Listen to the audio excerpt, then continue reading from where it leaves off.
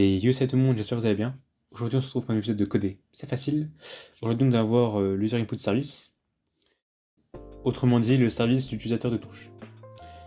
Donc input, ça veut dire en fait les touches, user, l'utilisateur, et le service, bon, c'est un service. Du coup, on sait que c'est un service. Alors, ce qu'il faut savoir, du coup, ça sera en local script. Pourquoi?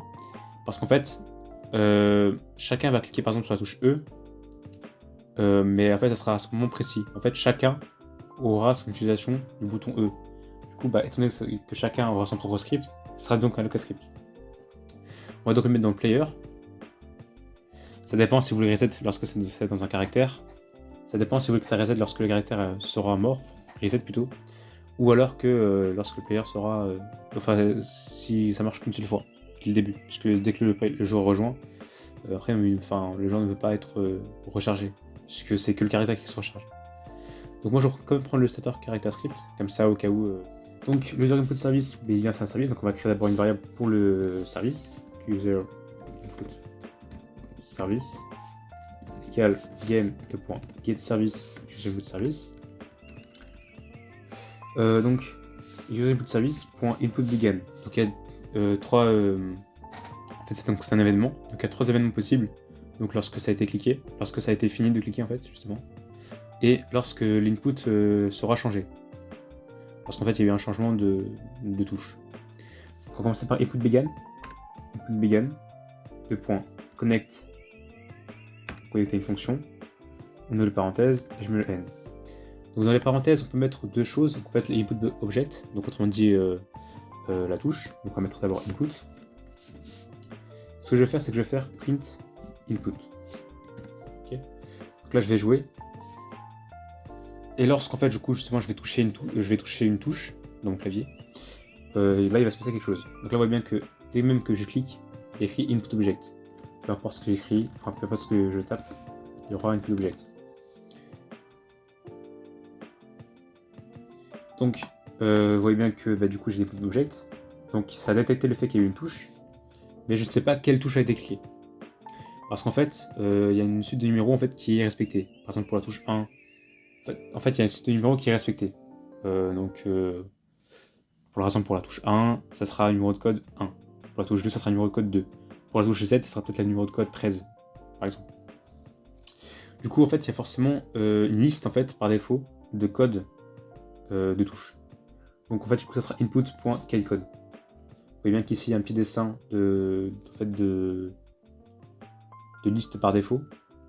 Vous voyez bien qu'écrit en fait enum.keycode. Donc, en fait, c'est pour énumérer justement la liste.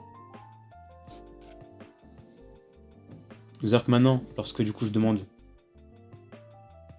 de print l'input.keycode, maintenant, en fait, du coup, ça va donner quelques codes. Donc là, il fait unknown, on dit inconnu, parce qu'en fait, c'est les clics. Et les clics, en fait, c'est pas. Enfin, il n'y a pas de input keycode pour les clics, en fait, justement.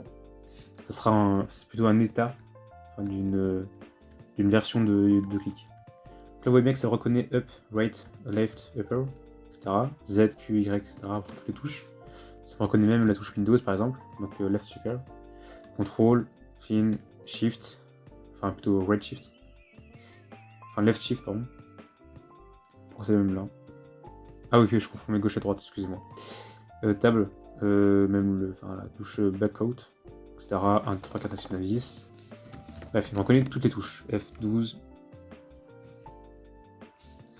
Même si c'est pas très parce que appuyer sur le mode avion, c'est pas terrible. Parce que je vais perdre l'internet. Donc ensuite, vous voyez bien qu'il y a aussi le GPE, donc le Game Process Event. Donc en fait, c'est une valeur booléenne. Donc c'est lorsqu'en fait, il y a plusieurs touches qui ont été appuyées en même temps. Vous allez voir, je vais vous montrer tout de suite. GPE. On va mettre GPE juste comme ça. On va mettre du coup if GPE. Alors print GPE. Donc du coup, lorsque ça montrait, du coup, alors ça c'est une variable booléenne, donc forcément mes fichiers soit vrai soit faux. Donc là, comme je vais cliquer normalement, il va montrer true parce que j'appuie en même temps sur plusieurs touches. Par contre, si j'appuie sur une seule touche,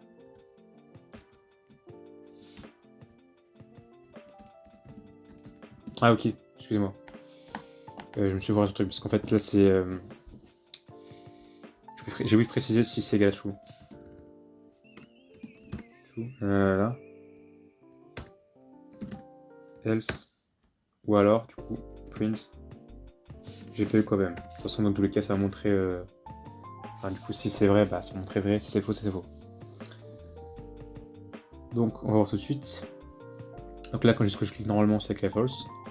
Par contre, ça me met comme ça, ouvrir, avancer devant, et je clique en même temps. Plutôt que je tourne en même temps. Voilà. Donc si j'avance et je tourne en même temps, le mec écrit true. Donc c'est pour détecter si le fait justement qu'il y a plusieurs touches qui sont cliquées en même temps. Par exemple, pour éviter que par exemple qu'on puisse marcher tout en écrivant. Ça dépend des jeux si vous voulez éviter de vous faire exploiter.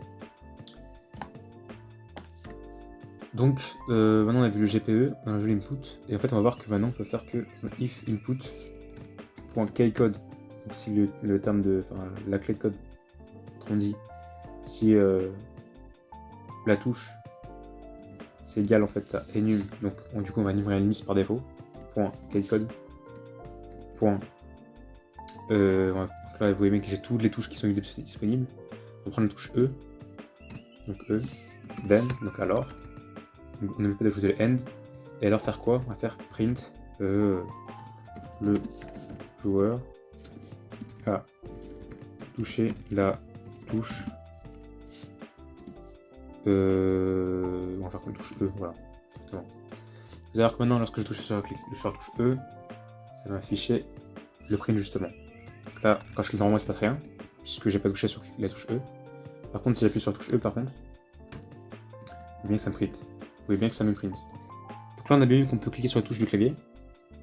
Donc ce que j'aimerais aussi faire, c'est que j'aimerais vérifier si la personne a un clavier. Donc if input point et justement user input type égale, enfin strictement égal plutôt, enum.keycode user input type, pardon. Quel type d'input, enfin de user input. Vous voyez bien qu'en fait que je peux reconnaître justement le gamepad, donc pour tout ce qui sera en fait manette. Text input, donc pour les textbox de DGUI, ou DUI plutôt. Mouse wheel, donc ça c'est justement la mouse wheel, donc la roue de la souris. Input method, mouse button 3. Ça c'est en fait plutôt pour ça c'est pour quand vous cliquez avec la souris. Bref, ça il y a beaucoup de user input. Nous on va prendre par exemple, on va vérifier en fait que si c'est un keyboard, donc si en gros si c'est un clavier. Alors, et là à ce moment-là on pourra mettre tout ce qu'on veut, qui est en fait de toucher sur la touche E, etc. Comme ça, si vous voulez, vous pouvez bien faire un truc bien carré. Donc on va faire par exemple if. Donc on peut aussi faire par exemple pour les clics. If input point user input type strictement égal enum point user input type point mouse button 1. Donc mouse button 1 c'est pour le clic gauche et mouse button 2 c'est pour le clic droit. On va prendre le clic gauche, pardon. Mouse button 1, then, voilà. On ne peut toujours pas mettre le end à la fin. Avec then. Donc ce qu'on va faire là, c'est qu'on va faire print clic. Bien que maintenant quand je clique sur le clic gauche, ça me print clic, pardon. Je peux toujours bouger la caméra. Et bien que à chaque fois que je clique, ça print clic.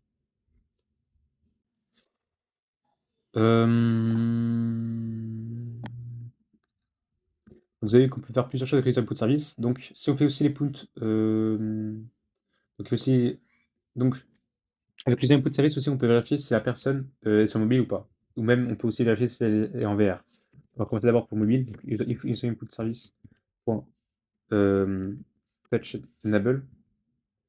C'est une valeur booléenne. Donc si justement il y a, donc si touch enable va être strictement égal à true, alors, donc en gros si le joueur est mobile en fait, si en gros il y a la capacité de, en fait, de toucher avec son écran, alors on peut faire le code ici. Alors print player, par exemple, player is in a mobile device, si vous voulez. Ça dépend de vous ce que vous voulez faire. Par exemple. Donc sinon, avec user input, donc avec le touch enable, touch enable. Sinon on peut faire aussi avec gamepad, il me semble. Voilà, gamepad enable. Donc pour savoir si justement la personne est sur console ou pas. Et aussi le VR. VR enable. Ça dépend de ce que vous, si vous faites si vous voulez faire un système avec le VR. Donc maintenant, ce qu'on va faire, c'est qu'on va essayer de faire un système, que lorsque le joueur appuie sur le left control, enfin sur le left shift, on va reprendre l'objectif, ça va l'accélérer. Donc ce qu'il faut savoir, c'est que, on va rajouter un rig, c'est qu'en fait, tous les joueurs, dans leur caractère, ont une propriété qui s'appelle humanoid, que vous connaissez sûrement, qui contient en fait une propriété appelée walk speed. Donc vous voyez que les, ici, et en fait, ça définit justement la vitesse de la personne. Vous voyez que aussi jump power, si vous voulez faire aussi par exemple le système de jump plus haut. Mais en fait, il y a aussi la propriété wall speed. Donc le but, ce sera de fait justement que lorsqu'on clique sur le left shift, justement, la propriété wall speed sera augmentée, 2 fois 2 par exemple. Donc on va d'abord créer une variable pour l'humanoid, donc humanoid égale donc game.players.localplayer.caractère 2.fins for chill of class humanoid. Enfin, pour le wall speed, donc local speed, on va mettre normal. Normal égale, donc on va, donc de base c'est 16, donc on va mettre 16. On va faire local speed vite, ou à vitesse, on va mettre. Plutôt courir. Courir. Que if, voilà, if, on va y arriver.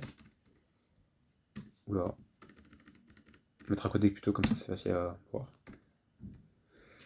Donc, if input, on va y arriver. Donc, si je vais y arriver, si input.kcode égale, plutôt strictement égal à enum.kcode.leftShift, alors justement là, humanoid.walkspeed égale à l'inverse, du coup, on va utiliser maintenant l'événement input ended.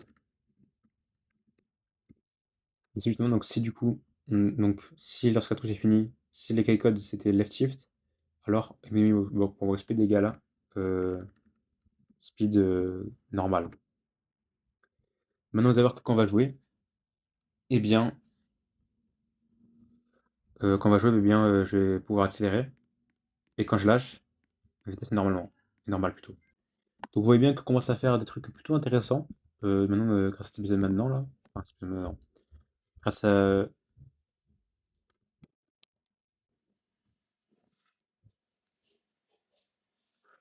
Et vous voyez bien que maintenant on commence à faire des épisodes assez intéressants. Et maintenant on voit bien qu'on peut commencer à faire des choses un peu intéressantes.